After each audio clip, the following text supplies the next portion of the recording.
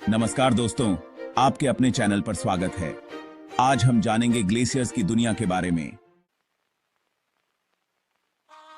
दोस्तों, ग्लेशियर सिर्फ बर्फ के बड़े बड़े टुकड़े नहीं होते, बल्कि ये चलते भी हैं और अपनी चाल से धरती की सतह को बदलते रहते हैं। ये विशाल बर्फ के टुकड़े अपनी यात्रा के दौरान मिट्टी, पत्थर और चट्टानों को अपने साथ बहा ले जाते हैं, जिससे धरती का रूप बदल जाता है। हिमनद मुख्यतः 3 प्रकार के होते हैं: घाटी हिमनद वैली ग्लेशियर्स, पर्वतपदीय हिमनद पीडमोंट ग्लेशियर्स और महाद्वीपीय हिमनद। वैली ग्लेशियर्स ऊंचे पहाड़ों से नीचे की ओर आते हैं। ये हिमनद पहाड़ों की ढलानों पर बहते हुए नीचे की ओर बढ़ते हैं। ये अपने रास्ते में आने वाली मिट्टी, पत्थर और चट्टानों को बहा कर ले जाते हैं, जिससे घाटियों का निर्माण होता है। पीडमोंट ग्लेशियर्स बहुत सारे वैली ग्लेशियर्स के मिलने से बनते हैं। जब कई घाटी हिमनद एक साथ मिलते हैं तो वे एक विशाल हिमनद का रूप ले लेते हैं, जबकि आइस शीट्स तो पूरे के पूरे महाद्वीप को ढक सकते हैं। ये सबसे बड़े और सबसे व्यापक हिमनद होते हैं, जो हजारों किलोमीटर तक फैले हो सकते हैं। उदाहरण के लिए अंटार्कटिका और ग्रीनलैंड में पाए जाने वाले आइस शीट्स, जो पृथ्वी के सबसे बड़े बर्फीले क्षेत्र हैं। ग्लेशियरों का पिघलना भी एक महत्वपूर्ण प्रक्रिया है। जब ये पिघलते हैं तो ये नदियों और झीलों का निर्माण करते हैं, जो हमारे लिए पानी का एक महत्वपूर्ण स्रोत हैं। इन नदियों और झीलों का पानी कृषि, पीने और अन्य आवश्यकताओं के लिए उपयोग किया जाता है। इसलिए ग्लेशियरों का संरक्षण बहुत महत्वपूर्ण है। वैज्ञानिक लगातार इन पर शोध कर रहे हैं ताकि हम इनके बारे में और अधिक जान सकें और इन्हें बचा सकें। दोस्तों, कभी सोचा है कि ग्लेशियर्स पहाड़ों पर कितनी ऊंचाई तक होते हैं? यह सवाल जितना साधारण लगता है, इसका जवाब उतना ही दिलचस्प और जटिल है। इसका जवाब है स्नो लाइन। स्नो लाइन वह सीमा है जहां से ऊपर की ओर बर्फ साल भर जमी रहती है। यह वो लाइन होती है जिसके ऊपर साल भर बर्फ जमी रहती है। यह एक अदृश्य रेखा है जो मौसम, ऊंचाई और भौगोलिक स्थिति के आधार पर बदलती रहती है।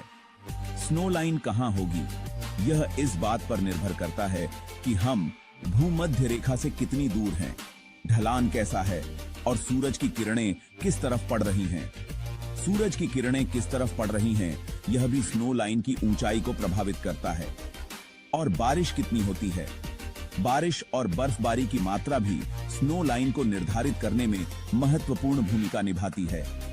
भूमध्य रेखा के पास स्नो लाइन बहुत ऊंचाई पर होती है, क्योंकि यहाँ का तापमान अधिक होता है और बर्फ पिघलने की संभावना भी अधिक होती है, जबकि ध्रुवों पर यह काफी नीचे होती है, क्योंकि यहाँ का तापमान बहुत कम होता है और बर्फ साल भर जमी रहती है। ग्लेशियरों की ऊंचाई और स्नो लाइन के बीच का संबंध भी बहुत महत्वपूर्ण है। ग्लेशियर, जो विशाल बर्फ की चादरें होती हैं, इन्हीं स्नो लाइंस के ऊपर बनते और टिकते हैं।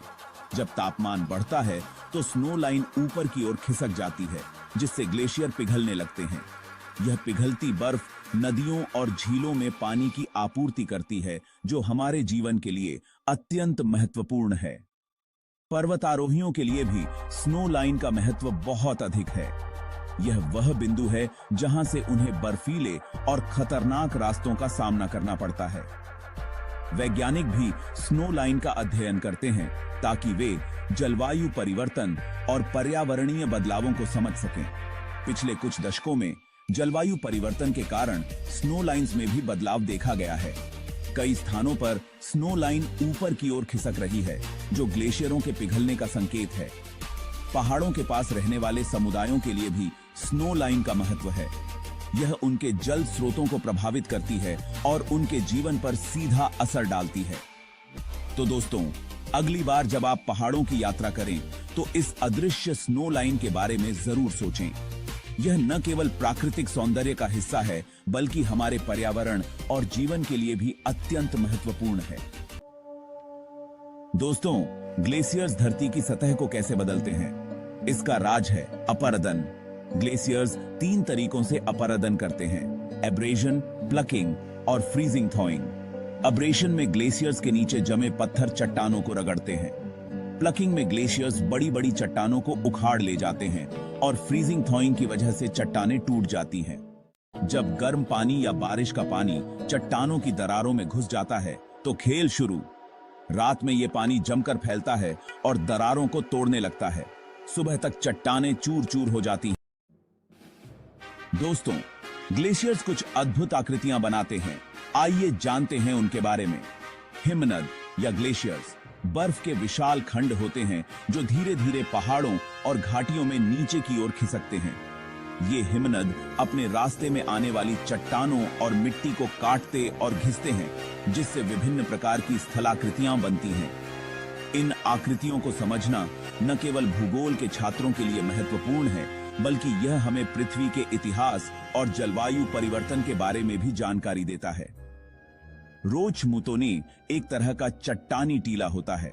यह तब बनता है जब ग्लेशियर्स चट्टानों को घिसते हुए आगे बढ़ते हैं, जिससे चट्टान की सतह पर चिकनी और खुरदरी धारियां बन जाती हैं। इस प्रक्रिया में चट्टान का एक हिस्सा चिकना और गोल हो जाता है, जबकि दूसरा हिस्सा खुरदरा और असमान रहता है। यह स्थलाकृति हमें यह समझने में मदद करती है कि ग्लेशियर्स ने किस दिशा में और कितनी ताकत से चट्टानों को घिसा है। सर्क ग्लेशियर्स की घाटी के ऊपर एक कटोरी जैसा गड्ढा होता है। यह गड्ढा तब बनता है जब हिमनद अपने स्रोत से नीचे की ओर खिसकते हैं और चट्टानों को काटते हुए एक गोलाकार गड्ढा बनाते हैं। यह गड्ढा अक्सर ऊंचे पहाड़ों में पाया जाता है और यह हमें यह बताता है कि हिमनद कहां से शुरू हुए थे और उन्होंने किस प्रकार से चट्टानों को काटा। आरेटीज नुकीले शिखर होते हैं जो सर्क के बनने से बनते हैं। जब दो सर्क एक दूसरे के पास बनते हैं तो उनके बीच की चट्टानें नुकीली और धारदार हो जाती हैं। यह नुकीली धारियां हमें यह दिखाती हैं कि हिमनदों ने किस प्रकार से चट्टानों को काटा और घिसा है। यह स्थलाकृति पर्वतारोहियों के लिए एक चुनौतीपूर्ण मार्ग बनाती है और यह हमें हिमनदों की ताकत और उनके द्वारा किए गए अपर्दन के बारे में जानकारी देती है। हॉर्न पिरामिड जैसा नुकीला शिखर होता है। यह तब बनता है जब 3 या अधिक सर्क एक ही पर्वत के चारों ओर बनते हैं, जिससे पर्वत का शिखर पिरामिड जैसा हो जाता है। यह स्थलाकृति हमें यह दिखाती है कि हिमनदों ने किस प्रकार से पर्वतों को काटा और घिसा है। यह शिखर अक्सर पर्वतारोहियों के लिए एक प्रमुख लक्ष्य होता है और यह हमें हिमनदों की ताकत और उनके द्वारा किए गए अपर्दन के बारे में जानकारी देता है। तार्न एक छोटी सी झील होती है जो सर्क में बनती है। जब हिमनद पिघलते हैं तो उनके द्वारा बनाए गए गड्ढों में पानी भर जाता है, जिससे छोटी छोटी झीलें बन जाती हैं। यह झीलें अक्सर ऊंचे पहाड़ों में पाई जाती हैं और यह हमें यह दिखाती हैं कि हिमनदों ने किस प्रकार से चट्टानों को काटा और घिसा है। यह झीलें पर्यटकों के लिए एक आकर्षण का केंद्र होती हैं और यह हमें हिमनदों की ताकत और उनके द्वारा किए गए अपर्दन के बारे में जानकारी देती हैं।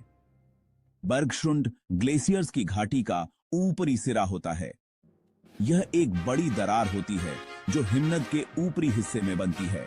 यह दरार तब बनती है जब हिमनद अपने स्रोत से नीचे की ओर खिसकते हैं और चट्टानों को काटते हुए एक गहरी दरार बनाते हैं। यह दरार हमें यह दिखाती है कि हिमनदों ने किस प्रकार से चट्टानों को काटा और घिसा है।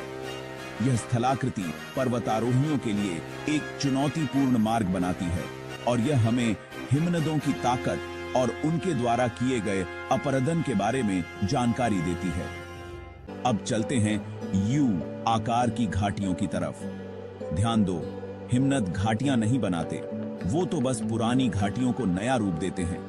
जब हिमनद घाटी में चलता है तो वो अपने रास्ते में आने वाली चट्टानों को घिस घिस कर वी आकार की घाटी को यू आकार में बदल देता है। इन यू घाटियों की दीवारें सीधी और चौड़ी होती हैं और जमीन बिल्कुल सपाट। हैंगिंग वैली छोटी घाटियां होती हैं जो मुख्य ग्लेशियर्स की घाटी से मिलती हैं।